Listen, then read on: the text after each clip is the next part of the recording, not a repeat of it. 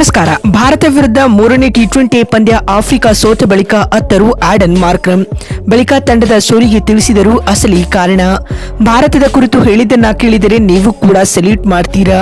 ಹಾಗಾದರೆ ಸುದ್ದಿಯ ಸಂಪೂರ್ಣ ಮಾಹಿತಿ ಏನು? ಅಷ್ಟಕ್ಕೂ ಆಫ್ರಿಕಾ ಟೀಮ್ ಇಂಡಿಯಾ ವಿರುದ್ಧದ ಮೂರನೇ ಟಿ20 ಪಂದ್ಯ ಸೋತ ಬಳಿಕ ತಂಡದ ನಾಯಕ ಆಡನ್ ಮಾರ್ಕ್ರಮ್ ಹೇಳಿದ್ದೇನು ಗೊತ್ತಾ? ಹೀಗೆ ಇದರೆಲ್ಲದರ ಬಗ್ಗೆ ಈ ವಿಡಿಯೋದಲ್ಲಿ ಕಂಪ್ಲೀಟ್ ಆಗಿ ತಿಳಿಸ್ಕೊಡ್ತಾ ಹೋಗ್ತೀನಿ. ಆದ್ದರಿಂದ ದಯವಿಟ್ಟು ಈ ವಿಡಿಯೋವನ್ನು ಕೊನೆವರೆಗೂ ನೋಡಿ. ಆದರೆ ಅದಕ್ಕಿಂತಲೂ ಮುನ್ನ ಯಾರು ನಮ್ಮ ಚಾನೆಲ್ಗೆ ಸಬ್ಸ್ಕ್ರೈಬ್ ಮಾಡಿಲ್ವೋ ಸೊ ದಯವಿಟ್ಟು ಈ ಕೂಡಲೇ ನಮ್ಮ ಚಾನೆಲ್ಗೊಂದು ಸಬ್ಸ್ಕ್ರೈಬ್ ಮಾಡಿ ಮತ್ತು ವಿಡಿಯೋಗೊಂದು ಲೈಕ್ ಮಾಡಿ. ಹೌದು, ಧರ್ಮಶಾಲಾದಲ್ಲಿ ನಡೆದ ಮೂರನೇ ಟಿ20 ಪಂದ್ಯದಲ್ಲಿ ಆತಿಥೇಯ ಭಾರತ ತಂಡ ದಕ್ಷಿಣ ಆಫ್ರಿಕಾವನ್ನ 7 ವಿಕೆಟ್ಗಳಿಂದ ಸೋಲಿಸಿದೆ.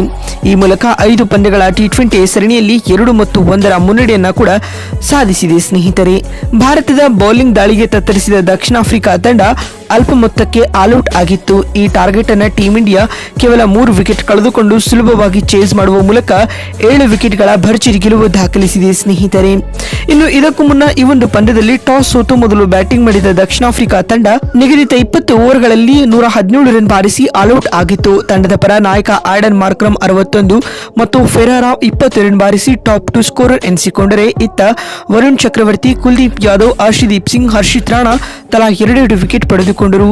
ನಿಗದಿತ ಟಾರ್ಗೆಟ್ ಅನ್ನ ಟೀಮ್ ಇಂಡಿಯಾ 15.5 ಓವರ್ಗಳಲ್ಲಿ 3 ವಿಕೆಟ್ ಕಳೆದುಕೊಂಡು ಸುಲಭವಾಗಿ ಚೇಸ್ ಮಾಡಿತು. ತಂಡದ ಪರ ಅಭಿಷೇಕ್ ಶರ್ಮಾ 35 ಮತ್ತು ಗಿಲ್ 28 ರನ್ ಬಾರಿಸಿ ಟಾಪ್ 2 ಸ್ಕೋರರ್ ಎನಿಸಿಕೊಂಡರು. ಈ ಮುಖ್ಯವಾಗಿ ಟೀಮ್ ಇಂಡಿಯಾ ಈ ಪಂದ್ಯದಲ್ಲಿ 7 ವಿಕೆಟ್ಗಳ ಗೆಲುವು ದಾಖಲಿಸುವ ಮೂಲಕ ಸರಣಿಯಲ್ಲಿ 2 ಮತ್ತು 1 ಮುನ್ನಡೆಯನ್ನು ಕೂಡ ಪಡೆದುಕೊಂಡಿದೆ.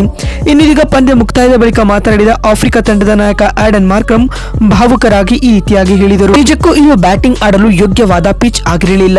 ಟಾಸ್ ಸೋತು ಬ್ಯಾಟಿಂಗ್ ಆರಂಭಿಸಿದ್ದಾಗ ನಮ್ಮ ಬ್ಯಾಟ್ಸ್ಮನ್ಗಳು ವಿಫಲತೆಯನ್ನ ಎದುರಿಸಿದರು. ಪವರ್ ಪ್ಲೇನ ನಾವು ಅಂದುಕೊಂಡ ಹಾಗೆ ಆರಂಭಿಸಿರಲಿಲ್ಲ. ಪ್ರಮುಖ ವಿಕೆಟ್ಗಳನ್ನ ಕಳೆದುಕೊಂಡು ಸಂಕಷ್ಟಕ್ಕೆ ಸಿಲುಕಿಕೊಂಡಿದ್ದೆವು. ಆದ್ಯಾಗೂ ಟೀಮ್ ಇಂಡಿಯಾದ ಬೌಲಿಂಗ್ ಅಟ್ಯಾಕ್ ಇಂದಿನ ಪಂದ್ಯದಲ್ಲಿ ಟಾಪ್ ನಾಚ್ ಆಗಿತ್ತು.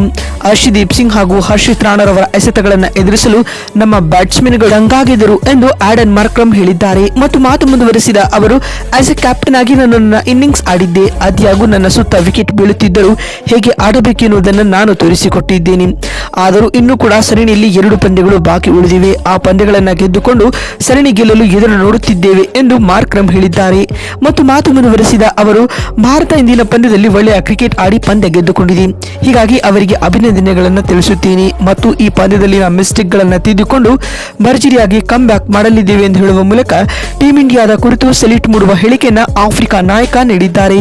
ನೋಡಿದ್ರಲ್ಲ, ದಕ್ಷಿಣ ಆಫ್ರಿಕಾ ಮೂರನೇ ಟಿ20 ಪಂದ್ಯ ಸೋತ ಬಳಿಕ ಮಾರ್ಕ್ರಮ್ ಹೇಳಿದ್ದೇನು ಅಂತ ತಿಳಿಸಿಕೊಡುವ ನಮ್ಮ ಈ ಪ್ರಯತ್ನ ನಿಮಗೆ ಇಷ್ಟವಾಗಿದ್ದಲ್ಲಿ ಈ ಕೂಡಲೇ ಈ ವಿಡಿಯೋಗೊಂದು ಲೈಕ್ ಮಾಡಿ. ಮತ್ತೊಂದು ವಿಡಿಯೋದಲ್ಲಿ ಸಿಗ್ತೀನಿ. ನಮಸ್ಕಾರ.